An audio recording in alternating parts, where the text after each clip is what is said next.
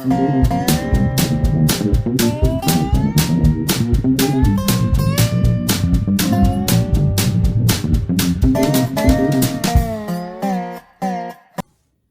everybody, welcome to this exciting episode of Bob the Sign Man. Today we're going to take a little in-depth look at my sign table. I've had a few people asking me about the table, so I thought I'd make a little video of it, show you guys the table that I use for, when you're putting your signs together. They have all kinds of tables. I've seen the ones with the big rollers that go down the middle and they're 5-6 feet wide, $12,000 and stuff. So this table, we've got a few $100, $500-600 into just some metal and some time. So you don't have to have a big investment for a table, just something that works for you. So let's take a little look at this one. Okay, starting down on this end, it's constructed, the 4 main legs that support the table itself are 3-inch square stock metal. And then we have a 1x3 beam that goes all the way around. The table size that we're using is 4x8. I would have liked to had longer had I had the room, but I don't have the room, so we have to just make use with what we have. And I would suggest going as long as you can. When you have a couple guys working, it gets awful crowded. The real estate gets to be a premium. But anyways, I have 3 shelves here. We put the metal braces in between the legs for 2 shelves. Then as an afterthought, I wanted to add another shelf, just added some L brackets, a piece of plywood up here. But my main supports here, and then I put plywood on top. And then I have the little stickers here I put a little magnet on with the label makers for my different size blanks that I have, so I can keep my assorted smaller blanks down here. I wanted this spot up here so I can work on stuff that's has transfer tape on. These are signs that are ready to be made and go out into the field. So, you utilize as much space as you want. Then down below we have a place to store some vinyl. It's storage of vinyl in a small shop is really hard. So this is this end of the table. We'll swing around, take a look at the other end. Okay, down here on this end, here's the end of the legs of the head of my table here. And then this is a separate table that we have for our roller table. Okay, it's built separate. And what it does, it sits up, and then your roller table has little adjusters here that you can adjust the height of it so you get it nice and flat with it. And in here I have a space about 1 foot wide or so, 1.5 feet. And I can put my oversized blanks, so I can fit, since it's a 4 foot wide table, I can fit 48-inch blanks in here. Anything larger, I take up top and store because we don't use a lot of the larger ones. So again, I just made use of the space that I have at hand. And I really suggest that when you do your table, that you make a separate table so you can, get your table at the right height. Okay, down here on this end, we made this little extension that comes out so we can hang some rolls of vinyl down here. So we can hang 1, 2, 3 here. I have a spot for 4. I have another bracket. If I wanted, I could put 5 and then 1 down here. And what we have here is just like 1x2 stock. And we just drilled some holes through. Well, they say we got a little bit more fancier. We've got rolls on here right now. This won't be too heavy. And we just put a bolt through it so that you can easily, take your vinyls in and out. And what we did is we drilled, not all the way through, but we drilled through there, and we're just using electrical conduit down here. And on this end here, we put a little square tab we welded on with a little tacked a nut that goes through, or a bolt. And then that way we have 2 holes drilled here. So when we hang this up, okay, and then what you do is you just feed your tabs through. You've got those holes cut out. Yeah, we just fit the bolt back through. Just put a little nut on here. You can use wing nuts or whatever you want to use. They're pretty easy to change out. You can keep 3 rolls here. I keep 30-inch, 24-inch, 36. Like I said, I can fit a couple more rolls in here. Storing the vinyl in a small shop is really hard to do, but this works out pretty good for us. And then we just order as we need, so when we get low on one color, we'll just order another color. Let's take a look at the top. Okay, what we did up at the top here is we welded in this little pocket of metal here, and this thing will come out. So we just welded this in and did the same thing basically. I got some electrical conduit. I drilled all the way through this end here so that the pipe will fit all the way through. And then you can change out your rolls, whatever you want. You can put, I think I have a roll of 24 and a 12. You can put different transfer tapes on. And all you have to do is you just slide it back in. And again, you just put we drilled little holes through this conduit.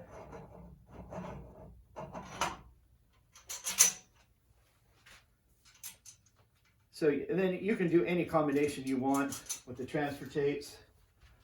You can do, I have a 36-inch here, a 30-inch, and some 18-inch up here that I don't use a whole lot of, but so that's why they're up at the top. But I've even had another agency looked at my table, and they did the same thing I did, but they had more room than I did. They came back another level, and they added more in, so that what makes this really easy to do. So the nice thing about this, what makes it easy, and then I did these Velcro straps myself. So you can just put them around and you can get clamps, whatever holds it together. But let me give you a little warning when you have these up here. They will unroll on you, especially that top roll. I've had it dump a whole roll on me. So now you can just pull your sheeting out, lay it on the table and cut what you need. And then the excess, when you're done with whatever you're doing, you can just roll it back up. And I have the little Velcro band. Make them a little bit bigger because the rolls are pretty big around when you first start off. Then they get smaller and you can always adjust the roll. And then that way it stays nice for the next time you need it. So, and also with this cut mat, over here on this side, it's a 4x8 table, so we have this 4x8 cut mat, and it's just laying on top of the table, and then it's taped at the very end. I found out though when I screwed these down that the heat, I have heater vents up here, it'll buckle it up, so just let it kind of breathe naturally. And we've had this cut mat for probably, 6 years, 7 years, and it still functions very well. And I guess if it gets too bad on one side, we can just flip it over. It has grid lines on it, measurements, but I really don't use those that much. So it doesn't, I'm not worried about flipping the mat back over when it comes time to do that. Okay, on this end is the roller. Okay, this is a 48-inch roller. I suggest anybody who's going to be making signs, get the biggest roller you can. The 48-inch comes in handy, and you say, well, we don't make anything over 30 inches or 36. But there's going to come a time when you're going to want a bigger sign, and it comes in really handy. So you can go 4 foot wide, but you can go as long as, you know, you can go an 8-foot sign, a 10-foot sign, whatever. It doesn't matter as long as you have the room to do it. And I have the air pressure. It goes like this. And you are going to need a compressor when you do have a roller. It's the air, and then you have adjustable pressure that you can put the pressure down on, whatever you need. So it works out pretty well. And what I do at the end of the day, I have these little blocks with a piece of Velcro on it, and I stick them there so they don't fall off. Then I put them under here on both sides. Okay, and then I'll turn my air supply off.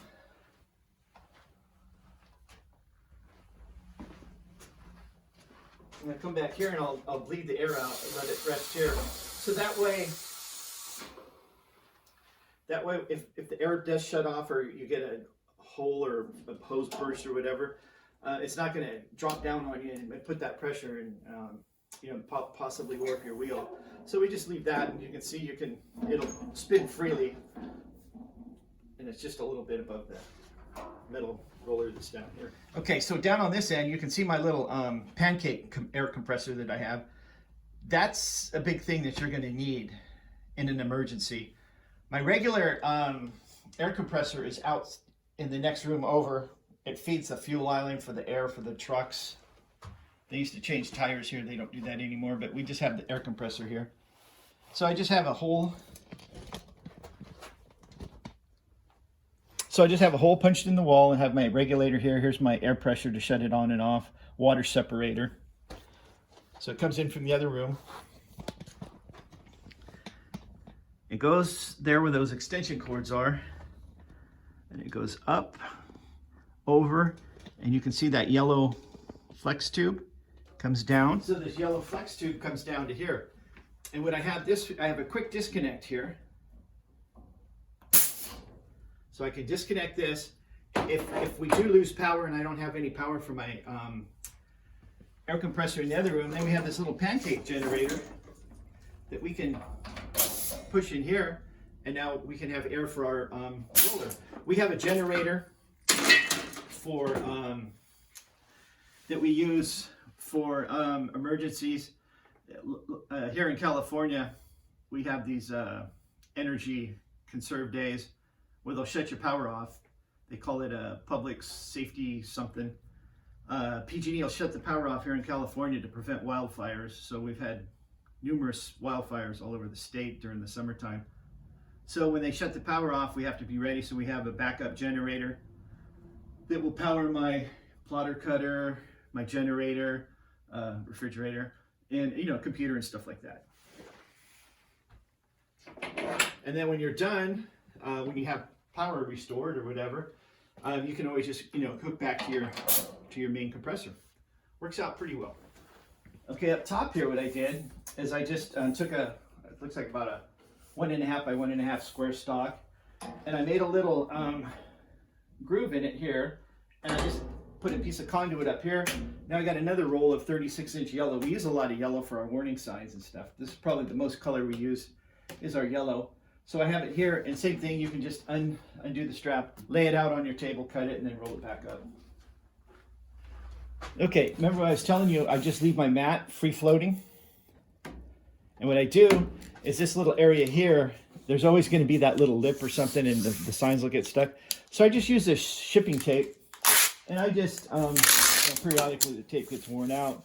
I'll have to pull it off every once in a while and replace it, but I'll just keep adding new strips of tape to it, and it makes a nice transition for your table. So our county had these old map drawers, and I went down and got them. They were going to throw them out, and so what I do is I keep, when we make our own borders, sometimes we'll have to put borders around the sign. So I have 3/8, 1/2 inch, 5/8, 3/4, 7/8 borders, and some things I have.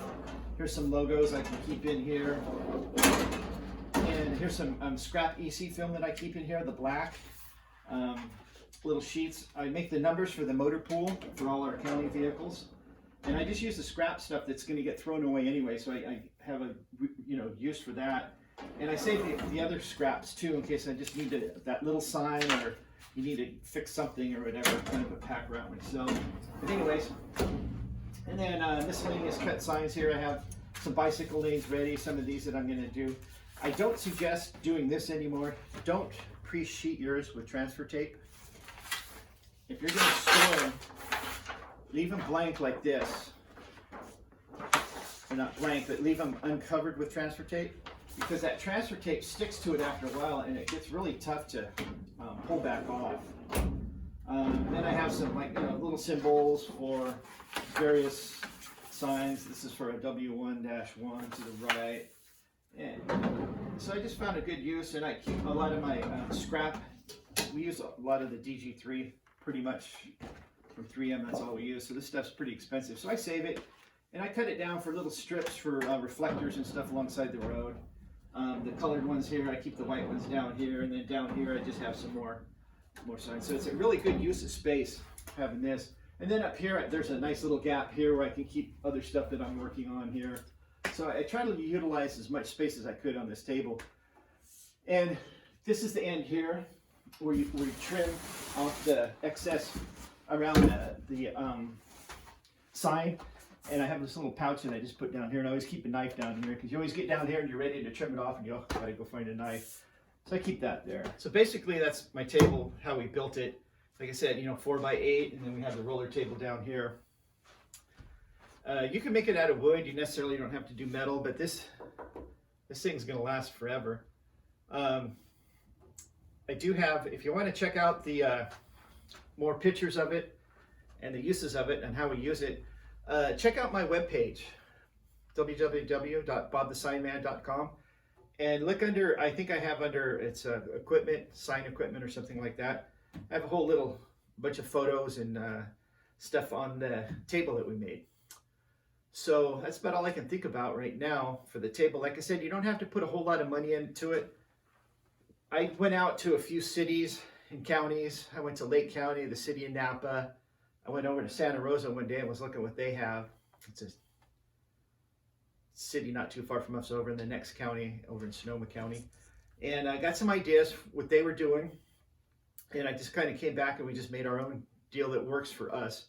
So basically you got to, build your table that suits your needs. And with the way budgets are these days, there's no way we're going to spend $12,000 on a table when we got something like this for $500 that works just fine. So there's a little tour of the sign table. As always, thanks for watching.